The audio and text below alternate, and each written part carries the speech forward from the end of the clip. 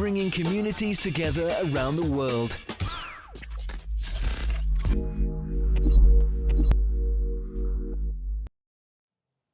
Alrighty, hi guys. If you're listening to the podcast right now and if you're watching, thank you so much for following our content. Keep sharing our content and hit the subscribe button.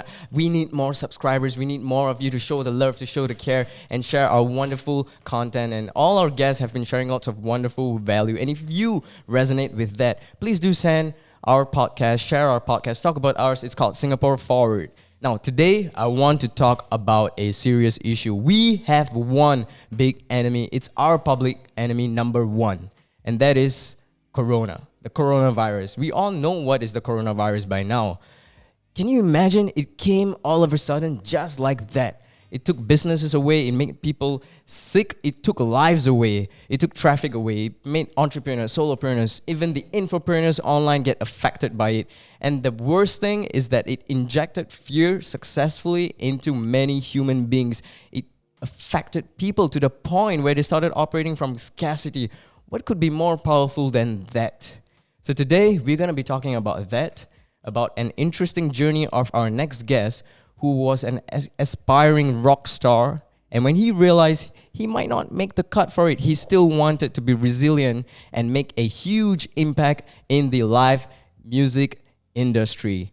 Think of him as the man that is responsible for all the mega events, from live productions, national productions, award ceremonies, music festivals. And if you're a student, I believe you've been to Zookout. You know, all the huge amplifiers, music, the one that goes boom, boom, and it feels amazing.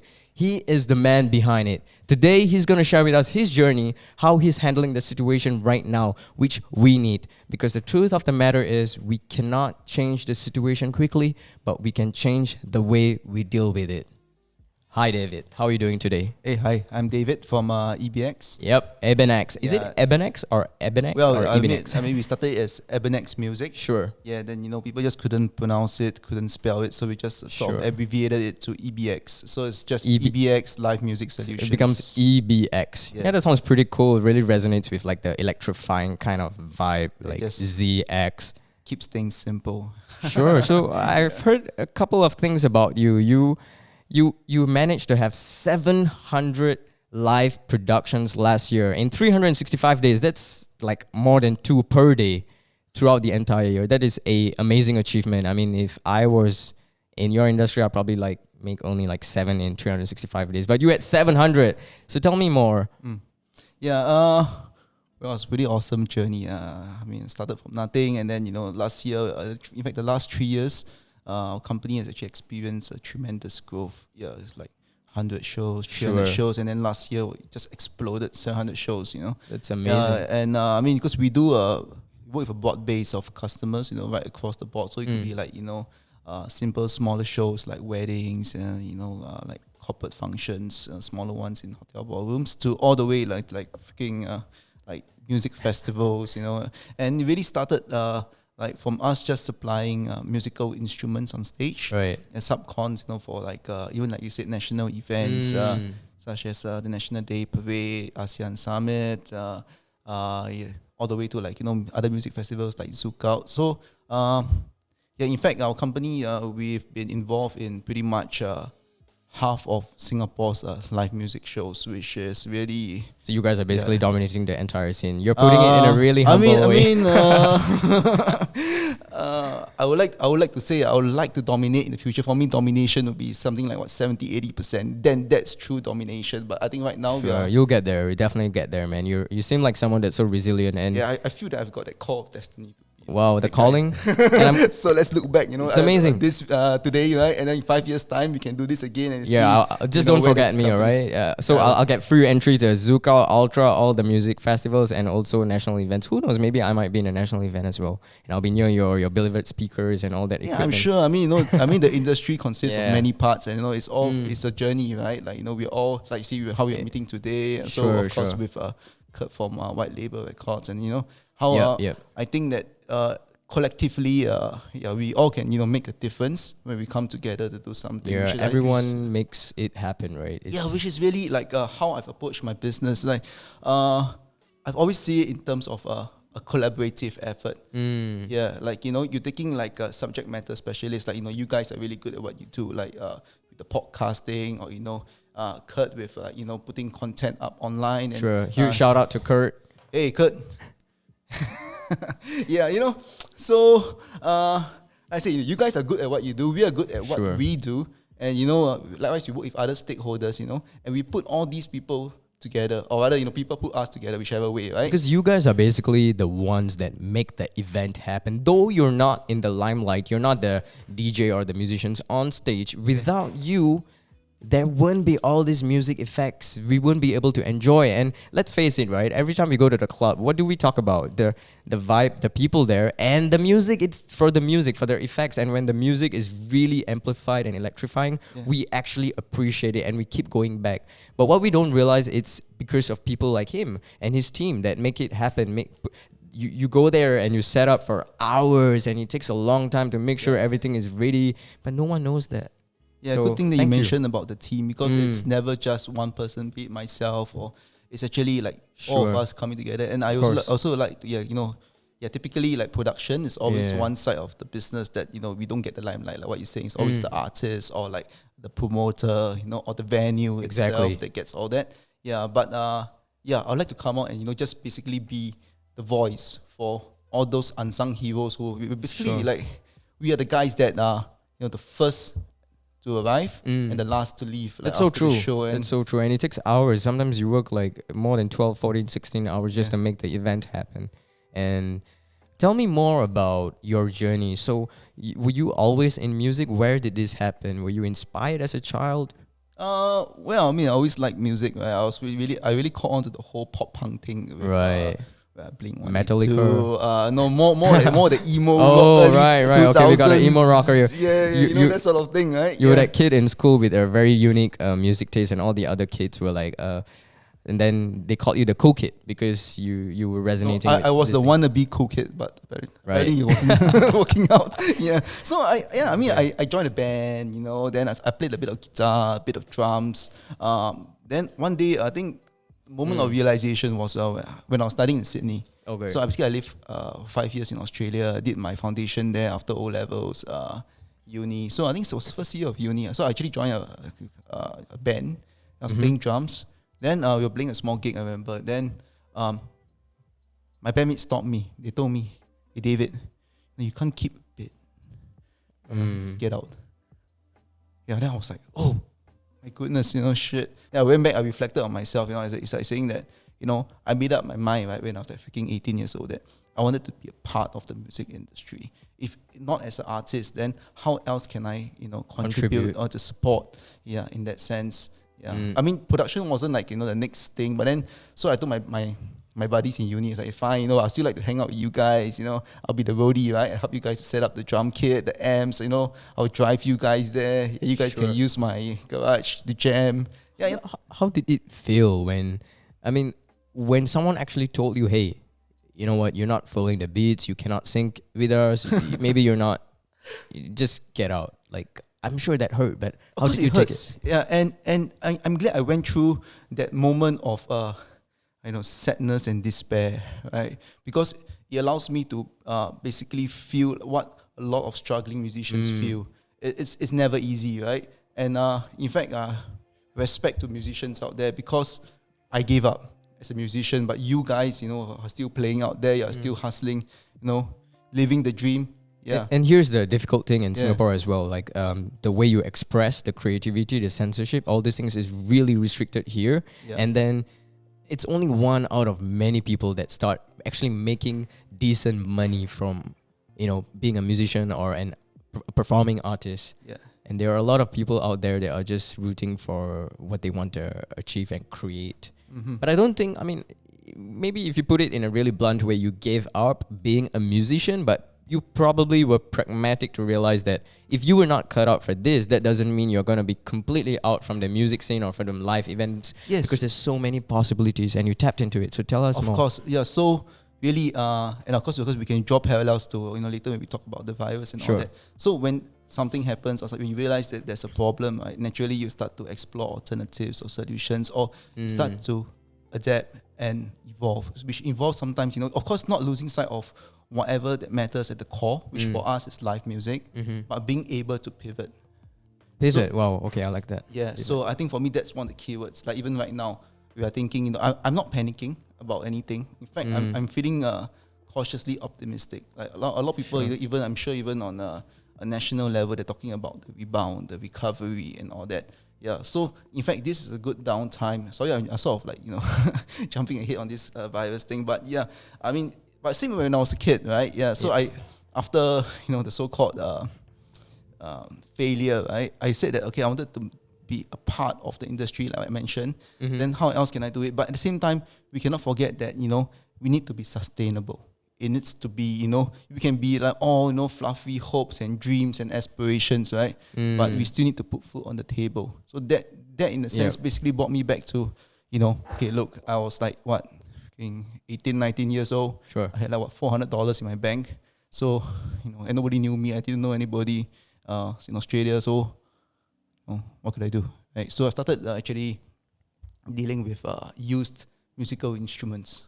So it started with really, really small, $60 guitar effect pedal, Okay. Yeah, but I realized that as long as you stand for something and you develop and you can dominate the niche, people start to see you as being synonymous with that one thing, be it a product or a service, then that's how you can stand out in the market. I think this is something that everyone wants to take note of. So you said that it's basically being the expert in that one thing, and people start remembering you for that. That's because they start seeing you as the expert, you become the go-to, and then that ignites them to talk about you to others. Yes. And then you start getting more customers, more traffic. You build a base and then you expand on it. Yeah. Sure. So for us, for me at least, it started as a $60 Boss pedal, a Boss DS1 distortion pedal, man. Okay. Yeah. So that pedal, I bought it at $40. I think I sold it at $60, and before I knew it, in a year, I make $30. I make the $30 and another $30 into $300 into $3,000. Yeah, then we started to catch onto online selling platforms. So early on eBay. It was eBay. Yes, right. I remember eBay. I mean, I was one of them that were selling all their snapbacks in high school.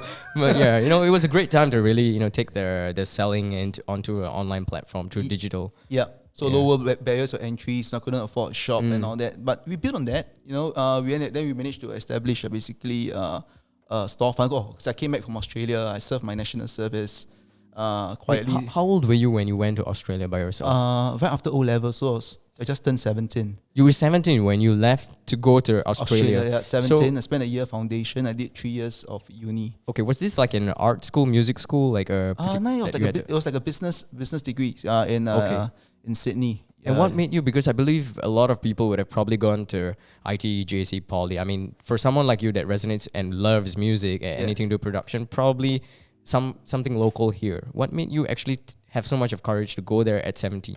I think back then it was more of a family decision, just to move the family overseas, migrate. Yeah, so just your entire family moved there. Yeah, and they're still living in Australia. So I pretty much have been living alone the last. So they are there and you are here. Yeah. Okay, are they also in music, arts, or totally different? No, I mean we have a family business, but it's not really related or fully related to what I'm doing. Yeah, and I'm proud to say that I've never taken any of the family money. It's always That's just amazing. been just because I wanted it to be like my journey. Self-made. Yeah, in fact, EBX as of today at least, right?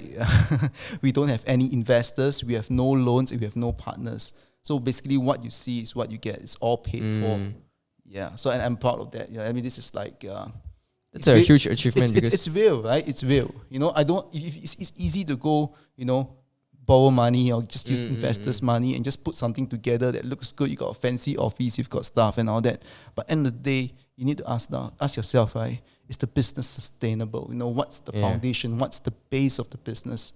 And this is what is the difference that's going to differentiate you from wannabe companies or people that look good on the surface versus companies like I would like to say like ours, right? Where we have a strong foundation and a strong base. So it's really good. Let's touch more on that. So if there is someone out there, whether they are a student, an entrepreneur right now, or someone that is intending to start a business, see everyone, I mean you and I, we run a business as well. We all want more sales, more revenue, more profit, better cash flow.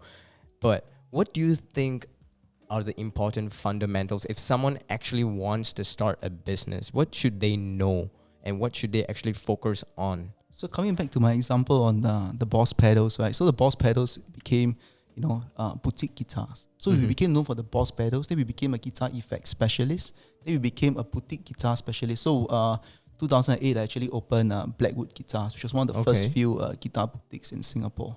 Yeah. Then people began to see us as the go-to guys for used boutique guitars. Then we created a platform where you could buy, sell, trade in, source, consign all these guitars. And this is 12 years ago.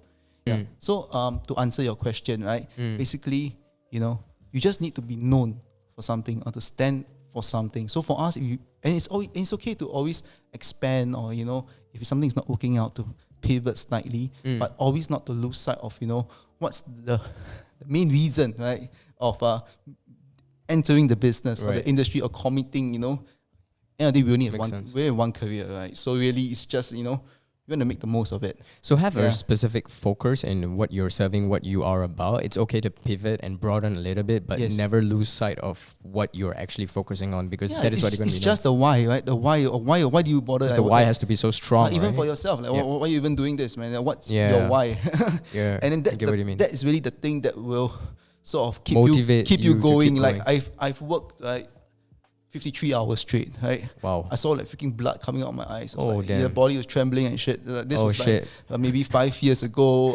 SG50, we did 6 setups around the Marina Bay. Oh, okay. Wow, you guys did SG50 too. SG50 was a whole, it's a huge, national mega celebration, right? Yeah, so different parts of it we did. Yeah. Then physically I was tired, mentally I was drained. Then I remember sitting down and I was sort of asking myself, why am I even doing this? Then I always go back to Rockstar Dreams, which is what our company's motto is, Rockstar Dreams. So we basically, we help musicians achieve their dreams. I mean, if I was more talented, maybe I could be the musician. But what's the next best thing, right? Is to live vicariously, through the musician on stage. So that gives me a sense of purpose to keep going. Yeah, so I think, to answer your question, so it's really the why. Why am I even doing this? The purpose, the true purpose and where it stems from. Yeah. Can we also address, because, well, for me, when I was younger, I used to act. And as an actor or even a host, you are seen in the limelight. And many times, for me, because I went to an art school, I was trained there, we always respect and give so much of love and empathy to the entire production team. But when I got out to the industry, it was in such a way where people actually see themselves as they are the one, and they lose sight of the production team, the people that actually made it happen. I'm sure you would have experienced some form of event that people have shown disrespect or never really cared. How do you actually tackle this, or how do you respond to this? Do you get unhappy but just tell yourself, maybe because they are in the front line? Or do you say, maybe they don't? How do you address this or tell your team about it? Yeah, so unfortunately it comes to production, right? So typically we are sweaty, we are dirty, always in we're black. always dressed in black, right? Yeah, and people traditionally people tend to devalue us, but I won't say everyone. I'm not going to take broad strokes on this. Sure. Yeah, but I think more so it's also how we carry ourselves as professionals. Right. So if you carry yourself as just a manual laborer, I'm just a guy that drives the lorry or carries the cases, then how do you expect people to treat you? They're only treating you basically how you're treating yourself. Yeah. Whereas for at least my company or EBX, I can speak for a few other companies in the market. We see ourselves as professionals. Yeah, we deliver basically production value.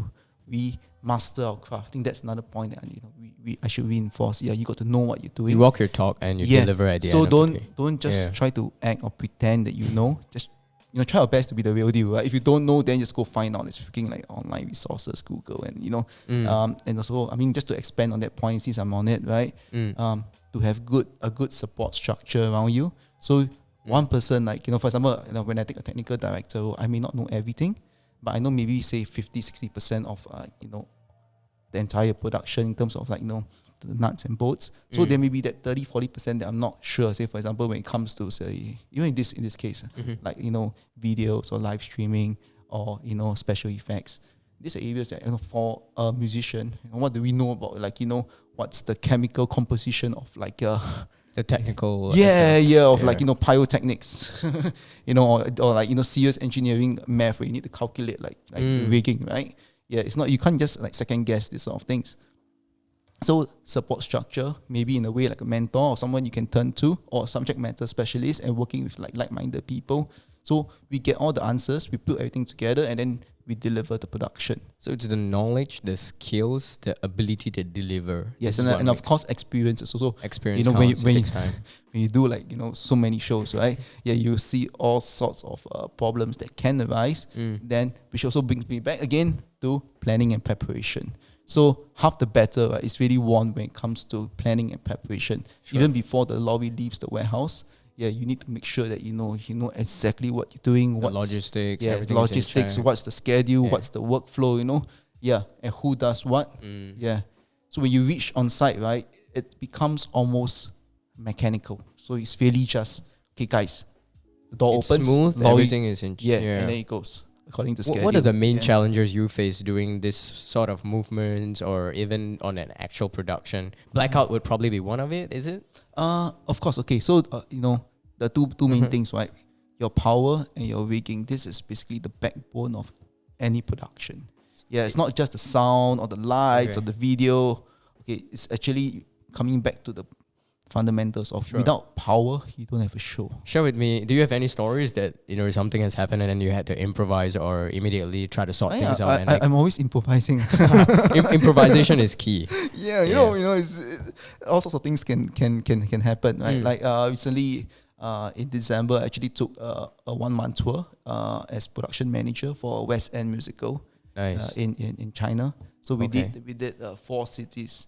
So again, I was working with a British production team. So some of the guys were involved with previously involved Shawn Mendes and Kylie Minogue, those tour guys, right? Yep. Yeah, and then the guys on the ground were basically like the local Chinese crew who couldn't speak English at all. So pretty much as tour production manager, I was like the go-between. You were translating, helping, and then signaling. it's still a technical job scope, right? So really, we also shipped a container of equipment from Singapore up. Some of the equipment that couldn't be found, we were easily found in China. Yeah.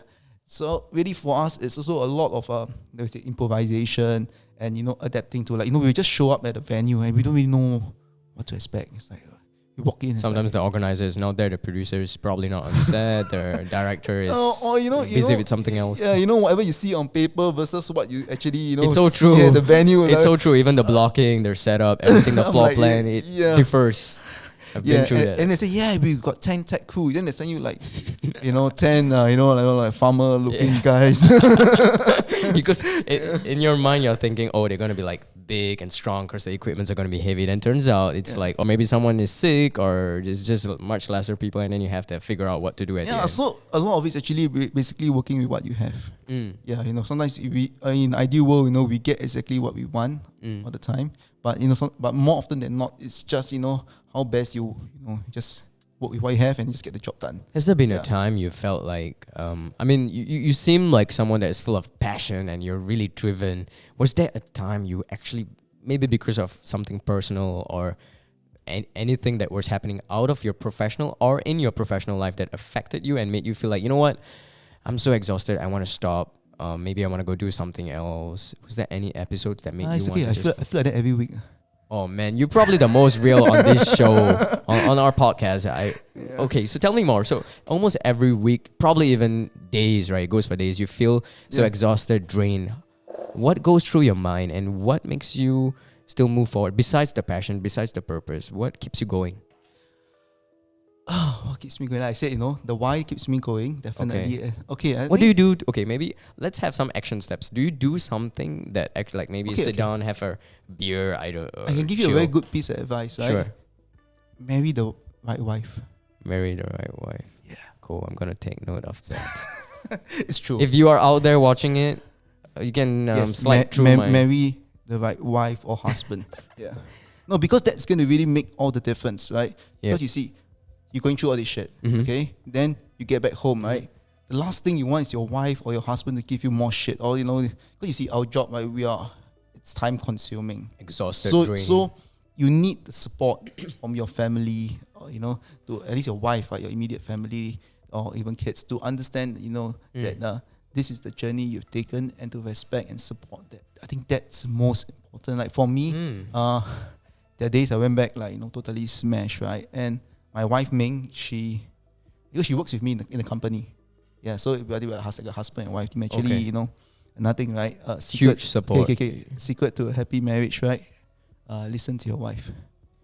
Right, and what about food? Does she cook? I mean, we cook, but probably she decides what to eat. so as long as you listen to what the woman says. If she's the right one, listen to her because she knows best. Yes. She knows what's meant. Yeah, so when you go back, you're discouraged. Sometimes things happen. And I also had some things happen at certain shows. Then I'll just call her.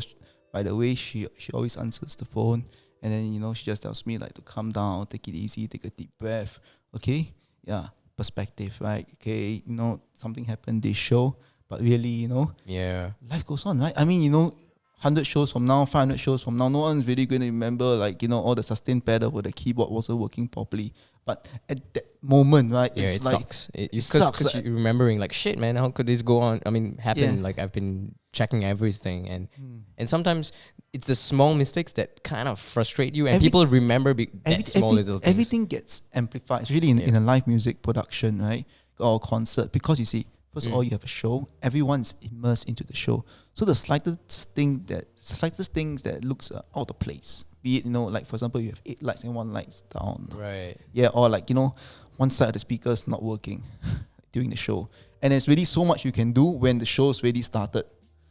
So it's like Sometimes you're not in control. Like you can't really do much. You can't do much once the show starts, right? Like for example, like now we're having this podcast, and if the light, boom, it's gone, and then we're this light is gone, or this mic is not working. Probably we need to stop, and then we can. But you see, in a live show performance, how can you stop? The freaking band is playing, man. Yeah, or the keyboard stops working, or the drum kit, drummer hits the cymbal crashes on the floor. Certain things like that happen. I mean, it's dynamic.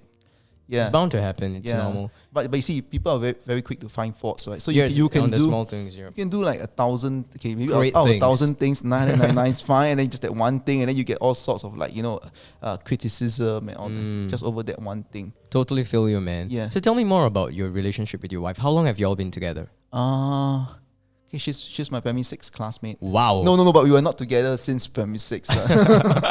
Yeah, but yeah. How long have you been married? Basically, we got together when I came back from Australia. So Wow, okay, so it's when I was pretty long, quite some time. So when I was like 22. So it's basically like the Yeah. childhood sweetheart story. Yeah, so And the one that turns out to be the one. she's seen the whole journey pretty much. So she understands, It's really strong, the tight struggles. relationship. Yeah, she's very strong, very good. Yeah, she's the brains actually. Yeah, I'm Ooh. just like the mouthpiece that just goes to. You're a blessed man. You got the right one. Yeah. No, so I really, if it comes down to if you're asking me secret of success, right? Yeah, get the right partner. So is it what they say behind every successful man is a woman? I mean, there's a reason why that's such a There's saying, such a right? thing, right? Yeah, such Because, a saying. Yeah. I mean, what I've come to realize is if you get married, it's a huge commitment, Yeah. right? And you have to also give your time, your energy, your attention to your loved one because they deserve it. Yeah. They deserve it. And when it happens to be the wrong person, that when you go to them and you want some advice, suggestions, different perspective, then they're like, go and fix it yourself or go and settle it yourself. Or what are you talking to me about your work stuff? I don't need to know all these things. And then it starts to break down and affects your relationship or even your professional life. Yeah, I always believe that personal life and professional life is always going to be Interlinked. interlinked. Yeah. Yeah. I don't know one person that can fully separate their personal life and professional life. Maybe you might know, but for me, because I think it's difficult. I always felt like, even though I'm not married, I mean, I'm in business and I've had relationships and all. I feel like personal life is a huge impact in the professional life. It's interlinked, it's intertwined. Yes. Cannot run away from it, right? Because it's the same energy, mental, emotional, physical. Yeah, so I think end of the day, it also comes to alignment, right? Basically, of your life values, your life goals, what you guys stand for. Yeah. Yeah, I don't know, this shouldn't be a relationship talk. No, it's okay. more like a We're business, having a really nice wave with the music, a really nice. Yeah, I think I shouldn't be here giving like love advice, but You can talk about anything here. What about children? Do you have children? no kids. I decided No kids. not to have kids. Okay. Period. I think I should just say period. Yeah. Okay. just so because I think I discussed, it's a personal decision I made with my wife. I just want to focus. I just want to be fully committed. Yeah, Like sure. for me, respect that. at the start of this podcast, I said that I have the sense of destiny. Like I know, right? Like why I'm put on earth for. Like why am You're on a I mission. supposed to? That is achieve? so great because so Yeah. many people are not aware. You know what's the worst thing is when you live your entire life and Yeah. like towards the end, whether you're gonna die or at like 50, 60, you're like, why am I here? What am I doing? Or you start to become aware. And it's not that it's too late. It's just that if you actually are aware and like the way you said it, you are destined for something. You are put on earth for a purpose. You're on a mission. Yeah. That is great because you know that you're here to achieve something and to Precisely. spread that to others. Yeah. So it's like really seeing a path, right? Mm. Okay. And Okay, we're the getting path- deep here. The path is Mm. it's for me at least it's clear. Or sometimes there may be detours like coming back to the virus and all that sort of things. Show cancellations and all that. But I just see it as like a small obstacle in the path. So either we get around it, we get underneath, or we get over it, or whatever, right? And then we just carry on. All right, so let's delve right into it. So Yeah. how has coronavirus how has it been affecting the business or the event I think space? it's affected everyone industry-wide. Yeah. At least in our live music. Definitely, where people are surrounded, production right? industry, Yeah, because events. large scale events, most people are actually cancelling it because of risk of like infections and all that. Mm. So we actually started to see the whole spate of cancellations come in after the government raised the DESCON or DOCSCON orange, and then orange the a lot alert, of things right? were Yeah. stopped. Yeah. Yeah, so huge knee-jerk reactions. Started with promoters postponing or cancelling shows, and then the problem basically got worse when the tours were afraid to come to Singapore. So instead of it just being like a local problem, like community events, Now it being becomes a cancelled for global, like risk a pandemic. of infection, it's become a situation where like you say, global pandemic. People are afraid to travel, afraid to tour Because they're and- restricting people from coming from abroad. They're just trying to restrict, make sure everyone is safe. So all the global artists, music events. I think was it Hideout? Hideout has also been postponed. There are a couple of I say music almost festivals. okay. Garden Beats is going ahead this weekend, right? Sure. Yeah. So I mean that's good. Kudos to them. So what's up with that? I'm not involved Okay. with Garden Beats. I can't comment directly too much on it. But the thing is, it's happening, and I really kudos, hats off to those if guys. you're going for to Garden just- Beats, have fun. Yeah, have fun, guys. Have fun, stay safe. wash your hands. Share it on social media, because if you realize right now, every time you go on social media, you watch the news, it's always negative things. It's stress, it's anxiety. Yeah. It's you're. I think what people are lacking is that sense of a stronger hope. And there can be the virus happening, but Yeah, there's so hope. much more to look at. If there's let's just say Garden Beats is going on, I think people will actually want to see happiness, joy, electrifying moments. So share that, guys. Share that on social media. We need to see some happiness, some excitement, not just always virus, this and that, and mask. Yeah, I mean, we try to find joy in whatever we do. And it's just a journey, like I say. Just try to make it as fun as can be. Like even this podcast, I think it's quite fun. Yeah. It's quite relaxing. And just use the time. Right? So we pretty much, how are we spending our time? It's easy to just keep posting negative stuff, reading negative stuff on online, or just sit at home and Netflix all day and like pretty much give up. Right? Like that's Sure. that's the easy part. Yeah. As a business owner, especially someone that is having so much of focus in such events, in this industry, and when initially you're like, oh man, this sucks, it gets cancelled. But as it keeps increasing, how do you deal with it? Does it become like a norm, or? In fact, okay, I'm not really sure if I should be saying this so directly, right? But Sure. actually, in a way, quite thankful that this crisis actually happened. Okay. Two things. One, it's given us a chance to basically tidy up the back end, repair, maintenance, look at what works, what does not work. Basically be able to structure, and talking about the whole rebound and recovery, right? I think we are really well poised, or we're in a good position for the recovery and the rebound. You see there's a lot of shows are actually being postponed into the second half of the year. And then I believe that a lot of shows that really been scheduled for the second half of the year, pretty much, barring, any worsening of the situation, right? It should go ahead. Or at least people are sort of planning for it to go ahead. Yeah, so we just want to be able to capture that And then, hopefully, just take it positively, right? Rather than just, have pity parties and like, life sucks, man, shit, I lost, how many jobs, whatever. Fine, you lost the jobs, that's the facts, the reality, right? Just suck it up, right? Chin up and just get on with life. Do what you can. So, like even the government's saying about like upskilling, training. So I'm telling my guys as well, just, keep learning, right? And then keep trying to look at, how we've been doing things and how we can do things better.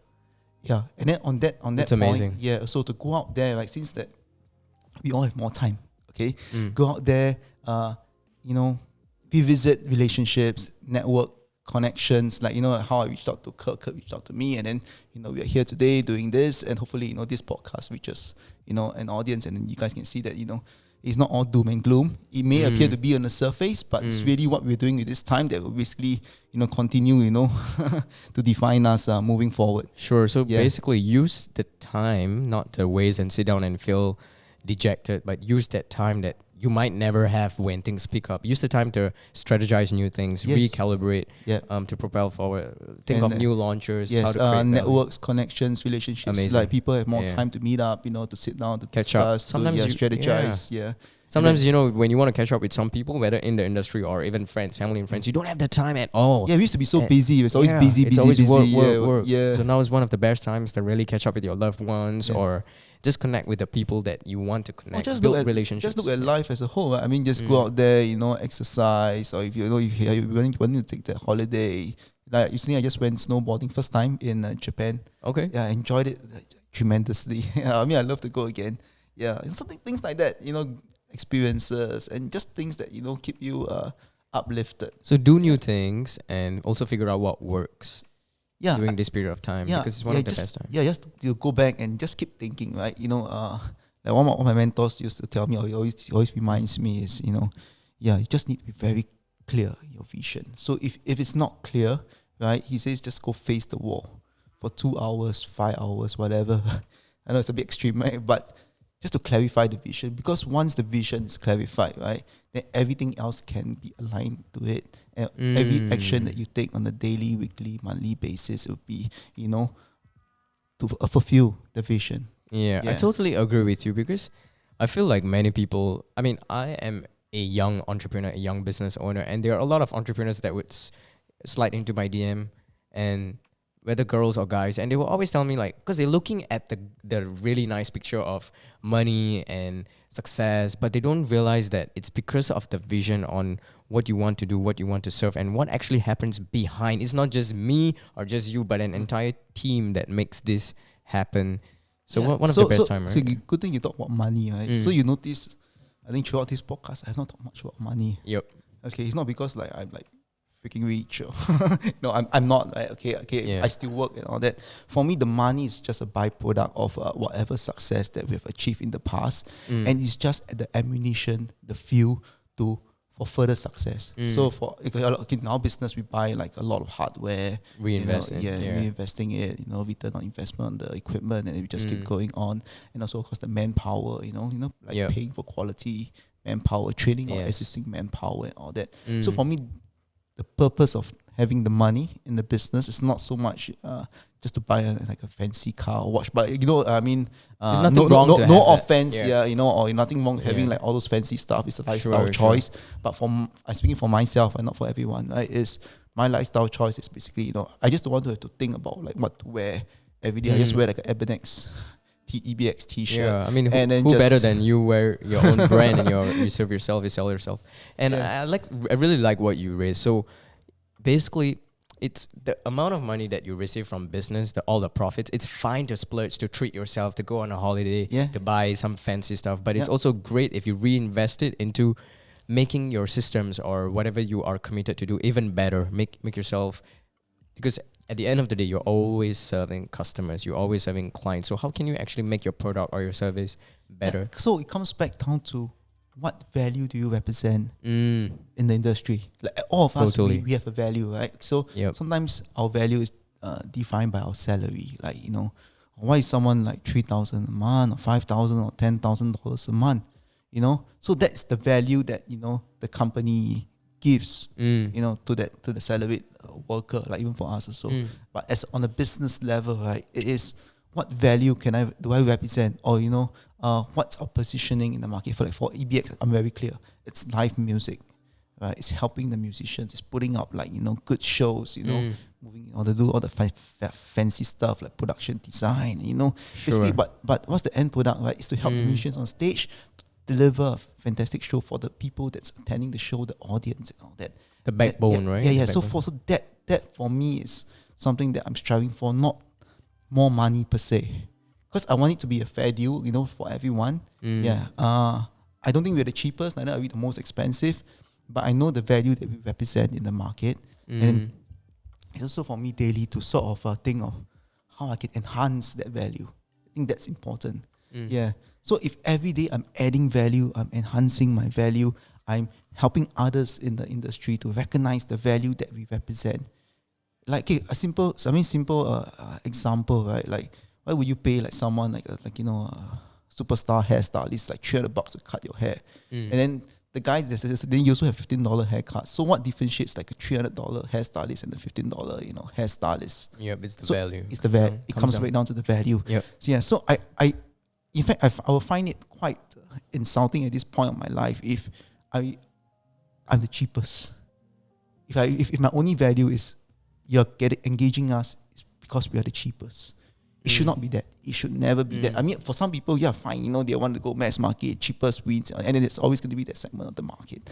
Yeah, but it just means that whatever that I've built all these years, right, is the value that I've been trying to create. It's not translating into the value that's being recognized in the market. I think that's very important. Yeah, because I think what you said was apt, because the value that you're able to deliver, what you're able to demonstrate and live up to, and over the years, if you're constantly improving and growing, then definitely you ought to receive more. You don't have to charge the highest. I mean, it's up to any business owner, entrepreneur, or leader. But I totally agree with you, because you don't want to be compromising on money, because if someone sees the value, then if they can afford it and they see the value, then price shouldn't be an objection. In fact, people should be more than willing to come to you and say, hey, Exactly. look, I've got all these. Yeah, I've got the best kind of customers to me would be, hey, David, I've got like this amount of money or that amount of money. What can you do for me? Then I will try to maximize the value every dollar spent, and they say, wow. Then when they see that, they're more than willing to pay you. Right? It's like. Yeah, so and naturally the next event they'll come back to you, and this is how you build like a long-standing relationship with customers, and then they refer other customers, and basically that's how the business. What are your thoughts grows, on relationships and business? Because at the end of the day, it comes down to the people. Yes, money is one thing, retaining is one thing. What about relationships and trust? That whole journey goes. What do you think of that? I mean, in business, right? I mean, we still live in a capitalistic society, so a lot of it is a mutual benefit. I think it is still that, right? Yeah, it takes two hands to clap at the end of the day. You have to make things happen, even if you're so helping them. when I pay someone for something, I expect something in return, and likewise when people pay us, they also expect There's a something in value return. exchange, And then right? none of that, then you need to deliver that value, right? Yeah, at least. Yeah, so I think on the basic level, a lot of the business relationships are actually quite superficial. Sometimes it's transactional. Like, I have very few business friends I regard as true friends, right? Yeah. Because they're just there to have it happen. Yeah, but we're just there to because we share some common purpose or vision, or we just want to do something together. Like, but I mean, we're still friends on some level, yes, because we share certain, like say ideals or visions. And you're on a journey together as well, because when they go through something, you like the ups and downs, it's a journey. It's not just only when things are going great or when you have the money, because that's the authentic relationship in business. Of course, yeah. When right? you're The down ups and then you see who's exactly. there, who's still there. Yeah, okay. But then again, it's really it's helping each other out, right? Yeah. So I say we help each other. You help me, I help you. Or in a very traditional Chinese business, right?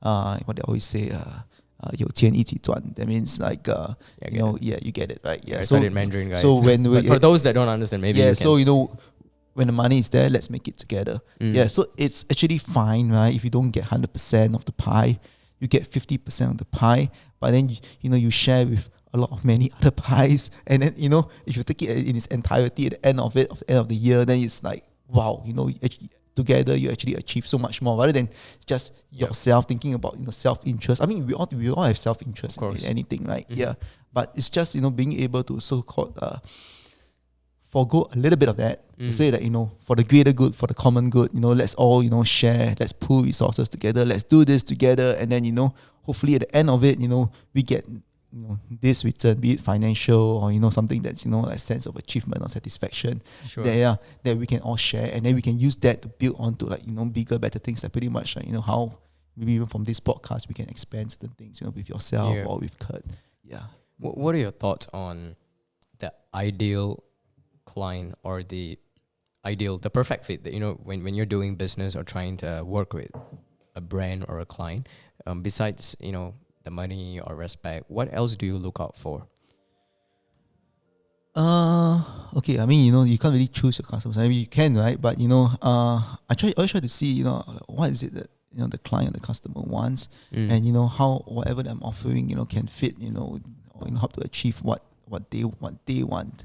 Yeah, I would say a lot of, like, coming back to relationships with the client, a lot of times it's less than perfect. Yeah, I have to say that much, right? There's no really one real perfect client.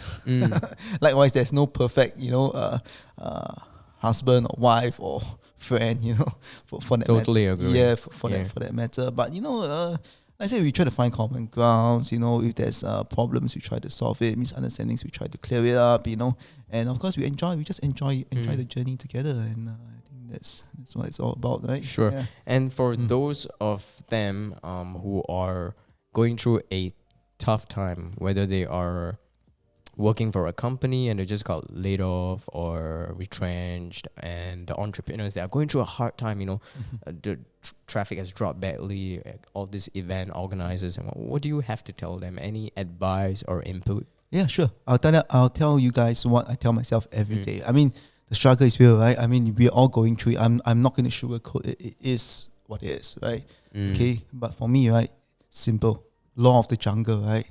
The fittest, the strongest survive. So just be thankful, right? So all those people, the wannabes, the people that, what, there are people that are going to fall, drop out of the industry, the businesses are going to close, It's not that I'm wishing like, my competitor's business close. Yeah. But if you are the real deal, your value that you're representing is real, everything is real, your finances real, everything is real, right? It's a good chance it's just a market cycle, right? You're just going to survive. And in fact, when it recovers and it rebounds, you're going to thrive. So I'm thankful, I say again, fine, this recession actually, if you are the real deal, right, or you prove to yourself to be the real deal, right, you're going to enjoy the benefits. So basically, it's always the feast after the famine. Yeah, so I strongly believe in that. Yeah. So keep persevering and not give up, because the probably failure would be when someone actually gives up, because everyone is full of potential and everyone is meant for greatness. Don't give up. Keep moving forward and have some introspective time, see what works, test, explore all the different possibilities, tap into the resources. I mean, today with digital media, with even our podcast is going to be on YouTube and all these other platforms. And that's exactly why I'm doing this as well. And we have a fantastic guest today giving so much of value and contributing. And I think it's a great time to also reach out, to not hold back and just be real. If you actually need a job or you actually need to go out there and do something, go and do it, because you are responsible for your life and you can make it great. Just to reinforce the point, right? We're never too good for anything. Like, I still drive the lorry, I still throw the trash out, right? And if it comes down to getting my hands dirty, I'll do it, man. Really, just because you have you're a business owner or you are like a degree holder, it doesn't matter. It doesn't matter anything. End of the day, it's simple. You're all human, and we're just getting the job done. There's no job too small, too dirty, that's not pay enough. I see some people on social media, they're like bitching about, hey, stage managers, why they only paying $8 an hour? If I was desperate, right, $8 an hour, okay, I'll go on site. But for all the people you meet on site, whatever, that could lead to bigger, better things. Yeah, it should not just, That's so true. That's something that not many people would probably realize. Yeah, rather than just sit at home and, moan and you wonder why you don't have a job. But actually, the jobs are actually all out there. So, okay, if you ask me, like, say, if my business collapses tomorrow, touch wood, right? Can I start again? I'll say yes. Yeah, because end of the day, right, it is the mindset.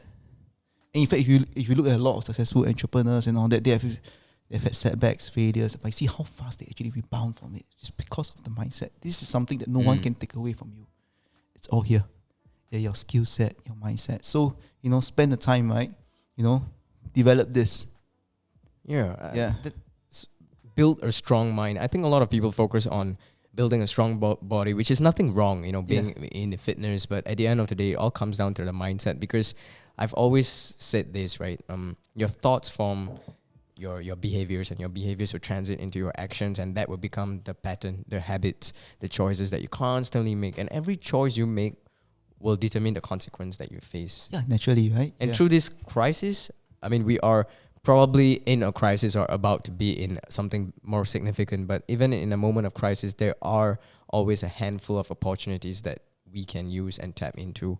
And I was just sharing that as well. If I were to go through something really bad and I have to start all over again, it all comes back to the mindset, like what you choose to believe and how much you want to achieve, right? Yes. Because that's all you have, the life. And you'll be very surprised, right? Like, when you radiate that passion or enthusiasm. Again, it's got to be real. I cannot fake it too much. Right? Yeah. No, when you radiate that, right, you're naturally going to attract. I mean, this is a big cliche, what law of attraction, but I believe it's real. True. It's true. Because people are going to see. People are going to see that. Hey, look, this guy.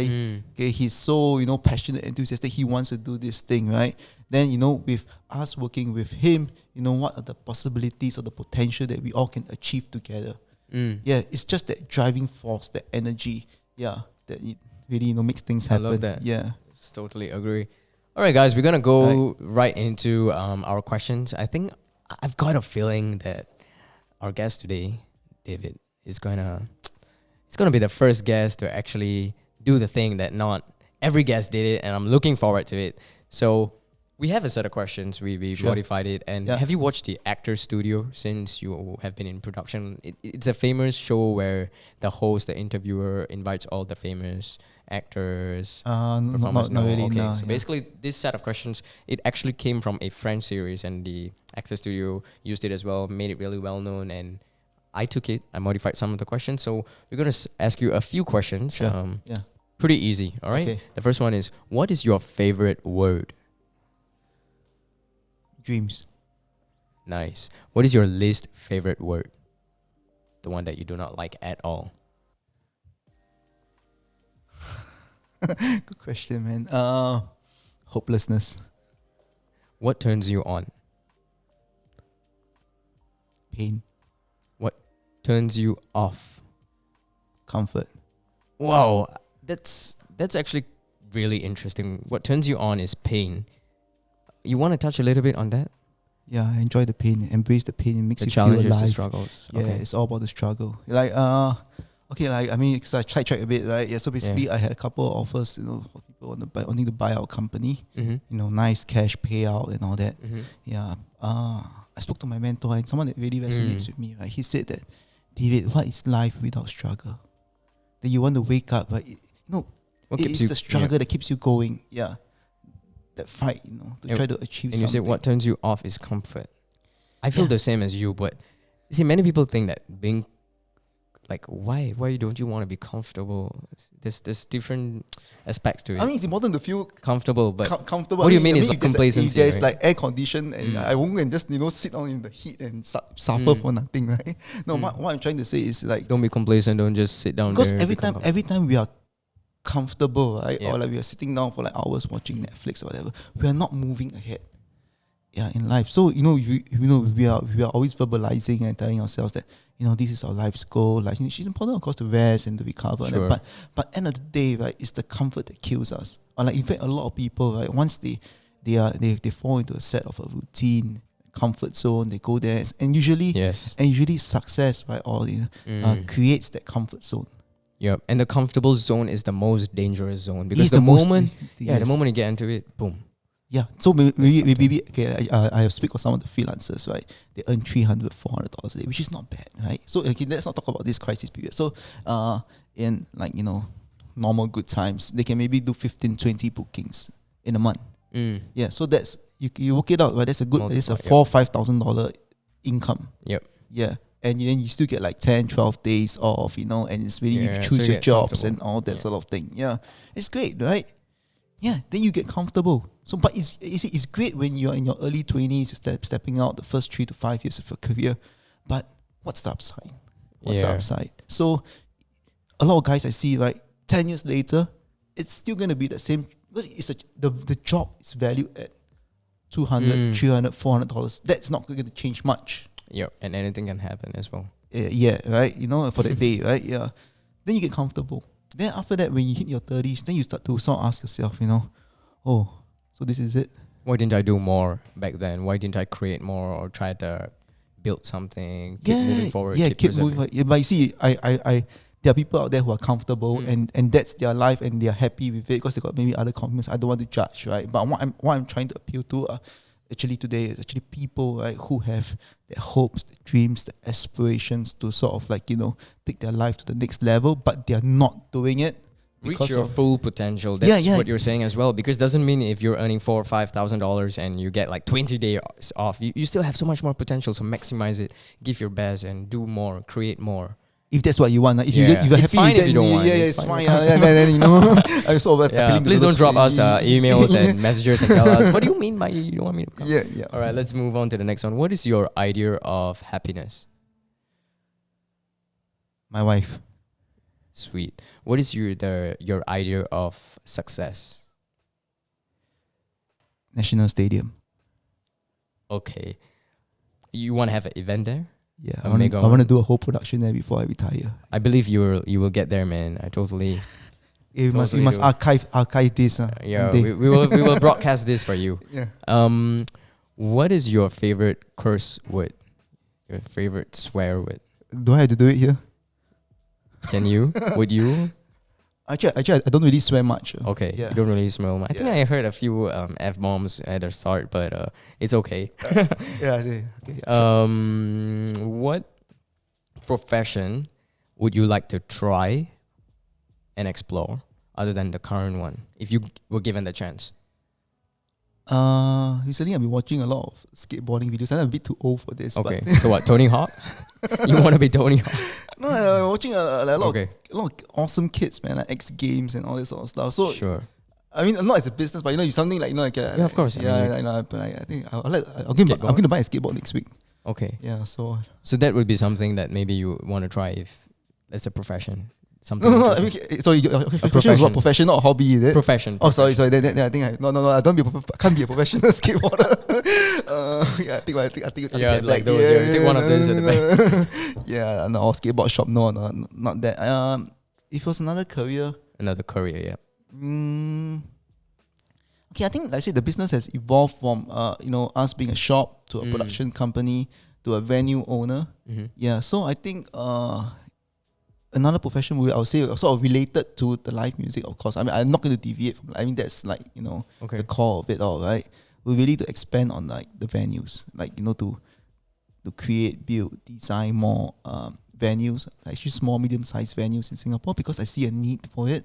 Also on like a grassroots level for like the young aspiring musician to put up a show and for it to still be cost effective, because like when you put up a show, right, the two main costs will really be the venue hire and the production. It's always these two things. Yeah. So I would like to be a venue owner if there was anything. Nice. Yeah. Just remember to have me there if that happens. Yeah. Sure. We can do another podcast. We'll do a national venue, at the National Stadium. A mega one. Cool. Every year it'll be just us. It's just the two of us. Yeah. What profession would you never want to try? Horse trainer. Horse trainer. Yeah, because I own 2 horses in Singapore? No, actually I have a small stable in Johor. Okay. Yeah. So yeah, I mean, how horses are, right? They're so unpredictable. They're you and you're lovely. You're dead, man. You never know, man. Yeah, so you don't want to be a horse trainer. Yeah, really full respect to the horse. What about trainers? Jockeys. Okay, I'm not really into the racing side of things, but really the horse trainers, the patience you have with the animals, and there's still the element of danger. You really never know, like when or what they're gonna do next. Yeah. Okay. Yep. And the last one, I'm not sure if you have a faith or belief, but if heaven exists, what would you like God to say when you walk through the pearly gates of heaven? I mean, I'm a Christian by faith. Nice. Yeah. I would yeah, hopefully when I reach the pearly gates, right, I'd like to, God to tell me that, you've achieved, whatever I put you on earth for. Yeah. I'm sure he will say that. I hope so. Yeah. All right, we have come to the end. Thank you so much, guys. I believe you've gotten massive value from our special guest here. Thank you for being with us. And thanks for having me. Yep. Yeah. Please check out the website. Yep, it's called EBX, but it's actually ebenex.com, right? .com, yeah. .com. So check it out. Our hashtags Ebenex Music on Instagram. Hashtag Ebenex Music. Do check it out. So the next time you're at Zouk or any mega event, if you see him, give him a big shout out, all right? And if you have any tips and tricks you want to get, you can quickly reach out to him. And do drop us or subscribe if you haven't. And if you just watch this podcast, this is the Singapore Forward podcast on the Singapore Community Radio. My name is Ezmond, and thank you, and I hope all of you enjoy it. Blessings to you. All right, Cheers. thanks, guys. Cheers.